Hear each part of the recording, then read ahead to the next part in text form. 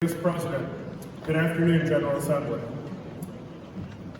As we're all aware, in 2019, in the middle of the year, shortly after and actually at the mid-year executive committee, our Secretary General, Ari Benson, tendered his resignation effective the end of August 2019.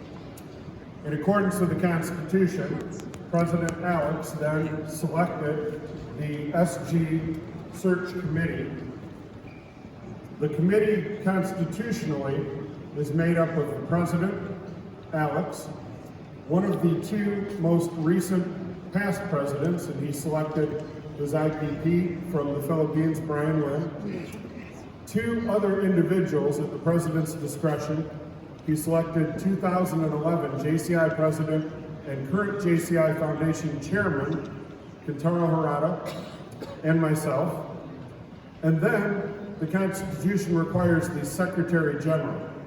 However, at the time of the appointment, due to Ari's resignation, we did not have a Secretary General, and we also felt it would be unfair to encumber Earl with even more responsibility than he already had as our interim Secretary General. So in keeping with the spirit of the Constitution, he asked Benny Ellerby to serve on the committee. For those who may not be aware with Benny, he is our longest serving JCI Secretary General, having served 4 3-year terms, and upon leaving JCI in 2003, he went on to become the Secretary General of another international organization, giving him nearly 30 years of Secretary General type experience. And I can tell you, his experience and his insight on the committee was invaluable. The committee then suggested, as noted, Earl Sawyer to be the interim Secretary General with the President appointed. And by the way, ladies and gentlemen, I'll take a point of personal privilege at this moment and explain to you that Earl was not overly excited when I first sat down and talked to him about the potential of being the interim Secretary General. He thought someone else should do it. He wondered, he said, look, and I know Earl, I can say this, he said, I'm a little old for this job. I don't know that my face belongs up there with all the guys in their 30s and 40s and all the gals in their 30s and 40s. But at the end of the day, none of us could think of a better person, a more experienced person, a more seasoned hand to keep JCI moving forward to ensure this Congress and many other activities that are not everyday type activities JCI engages in ran with the level of efficiency that our members expect. So as Earl has been the interim Secretary General and will remain in that role through December of this year, I think it is only appropriate that all of you give him a big round of applause.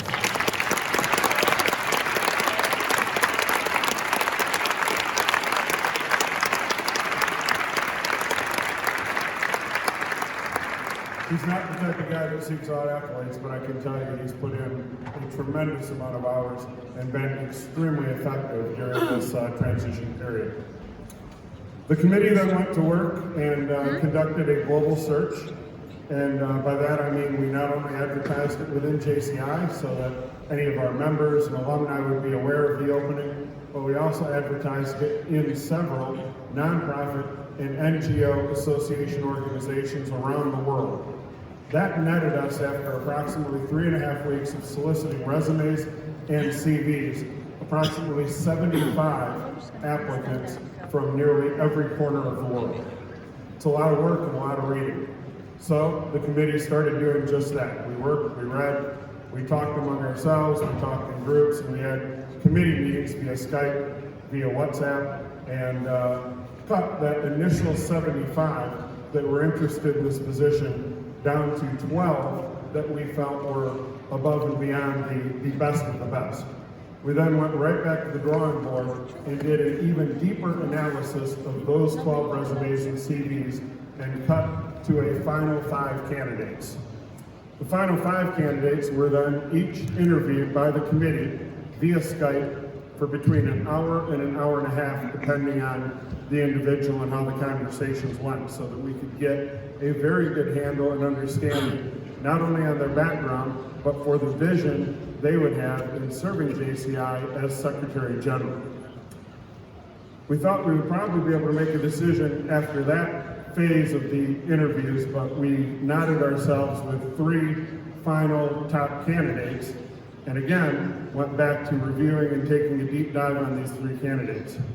I will tell you from a demographic standpoint, it was truly a global decision at the end of the day.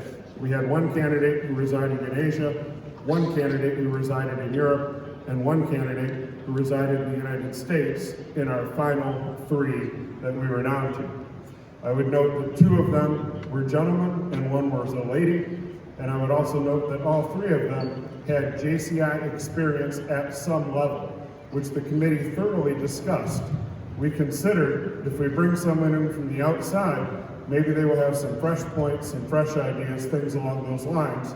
But we also felt with the quality of the final 3 applicants that we took a look at, JCI would be extremely well served, not only from an organizational standpoint, but from a standpoint of knowing that these 3 individuals have JCI in the heart and will work hard for the organization they're passionate about, they've been a member of, and they love. So, we discussed the 3 individuals and came to consensus earlier this week, over the weekend. The committee is all here, of course, with the exception of Benny Ellerby. Benny is in St. Louis, but has been on the phone constantly with us, sharing his insights and his ideas.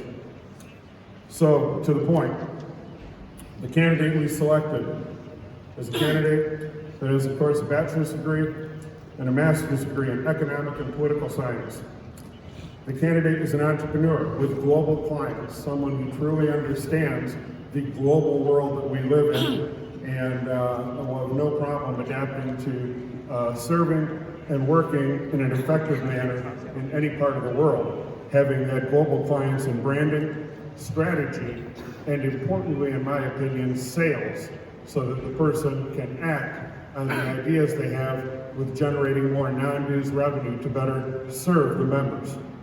This individual's worked for their head of state, so government awareness and government involvement and protocol is something that this individual will not struggle with at all. Been a business owner and an individual who speaks multiple languages. As noted, all of our candidates had JCI experience.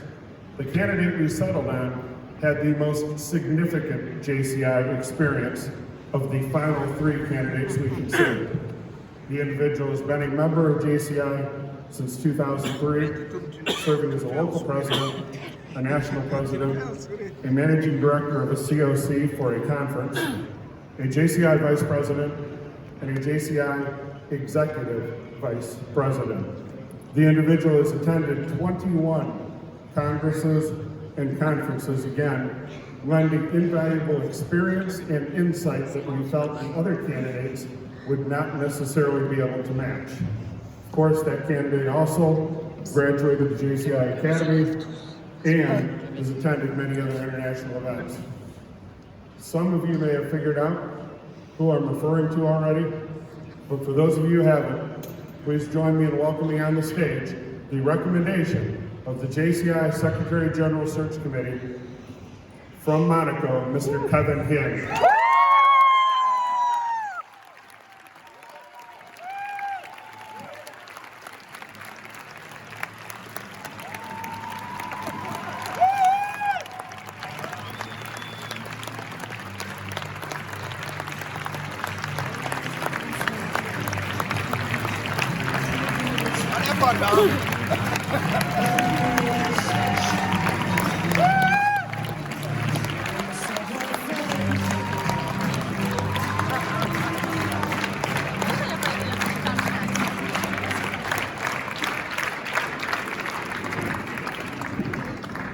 Earl runs over and gives him a big hug.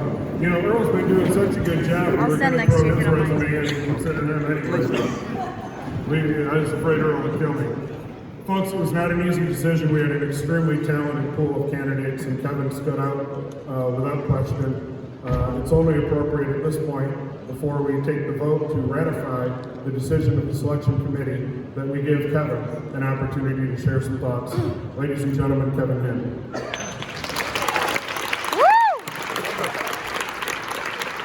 Thank you very much, Mr. Chairman of the Selection Committee, topics have already been observed, so I will stay short and sweet. 16 years as a JCI member and lots of experiences at all levels, but you've already seen me, those who were in the Baltic region last year at the European conference in Riga, Latvia, how speechless I was at the conference gala, and this is no comparison. I'm truly humbled to be in this position, to have been selected among so many great candidates to help contribute to the leading of the organisation. So I would like to extend my sincere thanks to all those who gave me their trust. As Chairman Scott said in his kind introduction, I really do believe that JCI is an organisation that has brought me a lot and made me feel like a true citizen of the world. I may be a JCI member in Monaco, but I was born in Britain, I've got a UK passport and I do feel British. My ancestors hailed from Asia in China, and they left China 150 years ago to head down to the African Middle East area, to the beautiful island of Mauritius, where my parents were born. So I do feel this international heritage, and I've always felt like JCI is truly a home. And I really believe that this is a way of bridging the gap. Last year, as an Executive Vice President, I really enjoyed and I really believed in the message about making our members feel special, and this is also about bridging the gap.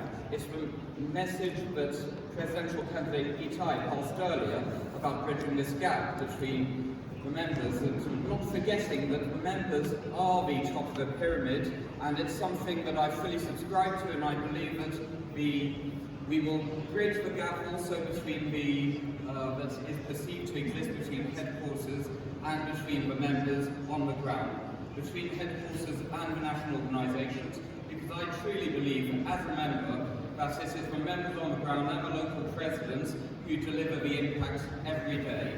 And I am really honoured to inherit a very talented staff who have been doing a great job, and they may be young in the organisation, and I look forward to meeting every one of you. I know they've been running around, they've been very discreet, but I would like everybody to acknowledge the HQ staff and make them welcome.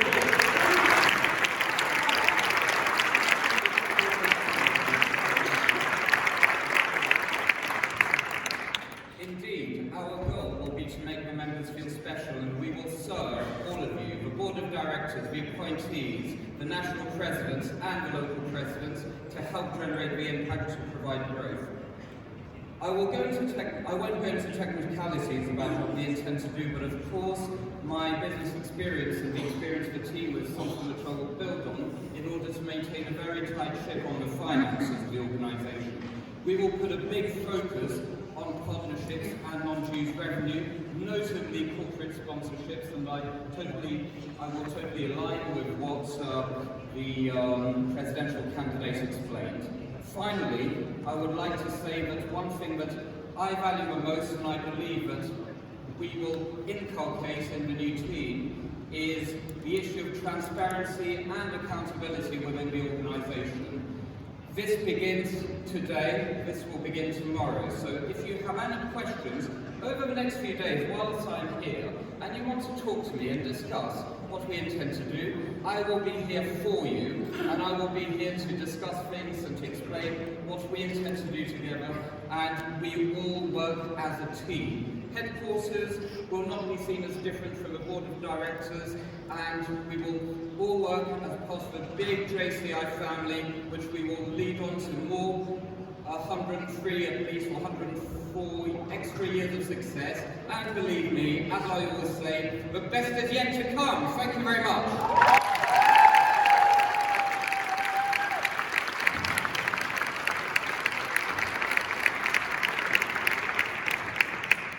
I spent about 3 hours with Kevin this morning in a meeting where we were going over all the terms and things, and I can tell you he's very member focused, he's very well qualified, he has some wonderful ideas to move our organization forward.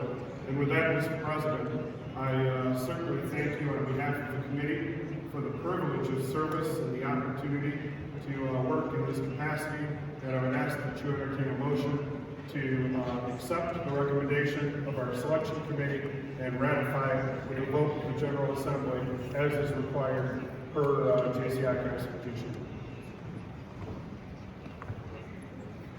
Point of information, for this to be, the second motion to be accepted, we need to amend the agenda for 31, a vote to be taken to amend 31 into General Assembly 2. For 2 votes. It's already approved. The whole agenda is already approved, so it's we are just moving it up front. Yes, so the earlier spot. So, therefore, now we would like to seek a motion to approve the report. Motion by France, seconded by Gabon. Any question? Any objection? Oh, yes, Burkina Faso. Oh, okay, no question. All those in favor say screening committee. Screening committee. Opposed, same sign. All right.